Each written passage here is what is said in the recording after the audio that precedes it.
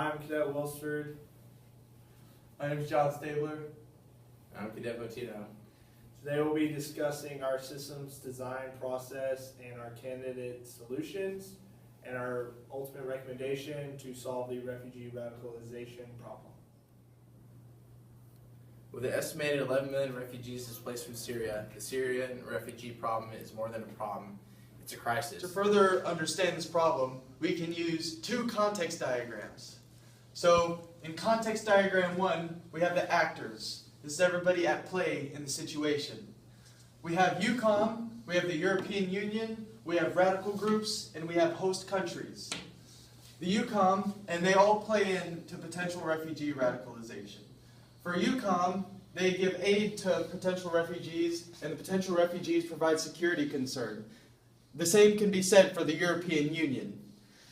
However, with host countries, they provide asylum. They also intake potential security concerns, and they also take a population influx. For radical groups, they provide propaganda to the refugees, and refugees provide recruits for the radical groups. Moving on to context diagram 2. These are the different factors at play. We think that the main focus should be on employing refugees, and to effectively come to solutions, we needed to create an effective needs statement. So our statement is that the system shall employ refugees in order to lessen the risk of refugee radicalization.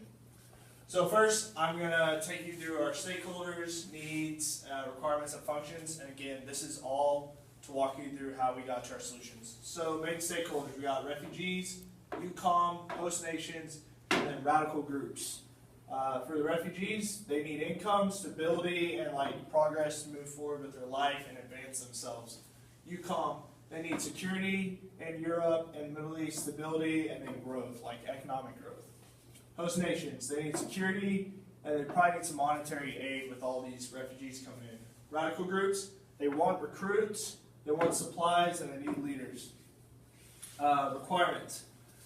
So for the refugees, the system shall employ refugees, and this has a function of obviously employing refugees. EUCOM, the system shall provide security, again, provide security. Host nations, the system shall provide stability, again, provide stability. And then radical groups, the system shall prevent radicalization, and we're going to deny them recruits. Moving on, we have our quantitative value model. Again, our fundamental objective is employing refugees. So our first sub-objective is creating opportunity. So underneath this, we want a max number of opportunities and maximize their salaries. And by opportunities, we're measuring this by number of jobs created. When it comes to salary, we're going to maximize salary and measure it in dollars. Moving on, we're going to need to find employees, find the refugees able to work. So max number of refugees able to work, and we're just going to measure this by the number of refugees that can work. And then we're actually going to need to match the refugees to their jobs. So we want to minimize the unemployment rate. So we're going to just measure this by the unemployment rate. Moving on, we have 4 tables that correspond to each of these lower functions. Lastly, we have a swing weight matrix. So if you look at this, we've corresponded which are the most important. So unemployment rates are most important, and then it goes number of jobs created, and then the refugee salaries, and then lastly, potential refugee workers. And then lastly, we have our global value table. So we matched these going down, so unemployment rate, and then number of jobs, then refugee salary, then potential refugee workers, and we had assigned swing weights to each of them, and then this actually normalizes it across. So as you can see, unemployment rate is the most important. All right, the first candidate solution for the problem is going to be teachers. So what that means is we're going to hire the refugees that are at the camp that are skilled or already were teachers in the past in order to teach at the schools that we plan on building in or around the refugee camp. So to show this, first we have a cost analogy. Looking at the certification training, the years to train, and the cost. We're going to compare the old system, which would be teachers in the U.S., and our new system, which would be refugee teachers in the camps. So to certify and train a person to teach in the U.S., you're looking at just the certification is going to be about $300. For years to train, for a bachelor's, you're looking at probably about 4 years in the U.S. And that can cost anywhere between $10,000 to $30,000 US. So for our system, we're proposing that to certify, just certify, probably about $100 US, half a year max, because we're looking at skilled labor, so the refugees that are already educated. And what would this cost? $3,750. So here, this is our work breakdown structure. So 1.1 is planning and supervision, 1.2 is the equipment, and 1.3 are the employees. So what would go into the planning and supervision of employing refugees to be teachers? You're going to need the development, we have to consider the expenses, and the management. So that leads into the equipment. So first off, we have to have a site for the school. So you have to pick the most advantageous place within the refugee camp.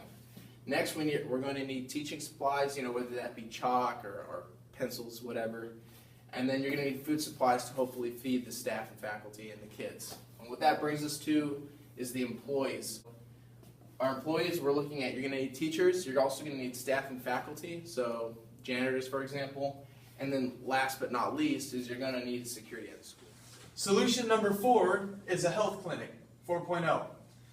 For cost analysis, the old system, or the like system in the US, the certification costs $300. It takes 2 years of training, and the cost for one of these employees for a yearly salary is $31,000. However, in the new system, there is no certification training. At most, it will take 6 months to train. So, moving on to cost analysis, if we work that out, that comes out to $2,480 per. The health clinic can be broken up into 3 parts: planning and supervision, equipment, and employees. Our final solution is a matching agency that would match potential refugee workers to local businesses. This is great because it ties the refugees into the local populace, provides an income, and just makes the local populace like them more. So right now, the old system, there's no agency currently doing this, so there's no old system. We got current unemployment rate as the measurement, and then the new system, we would create the agency and decrease unemployment. But it's estimated that in the U.S., most of these agencies cost 10 to 15% of your first year salary as a fee. But since we're doing this as a service, it would be much lower than that, most likely 5% of their first year salary to cover actually creating the agency, because it would be nonprofit. Again, matching agencies, our primary function, we need faculty, refugees, and employees. Faculty constructing it, maintaining it, and then the employees working there. Refugees, identifying the refugees, like advertising and attracting them, and then sorting them for what jobs, and then potential employers. So we need to find local businesses that would employ them, negotiate with them, and then train the refugees for the job. Clearly, this problem is a lot more complex than many think, but ultimately, to lessen the risk of refugee radicalization, we recommend solution number 1, because it creates jobs, we got jobs for building the school, and ultimately educates the next generation of refugees. Thank you.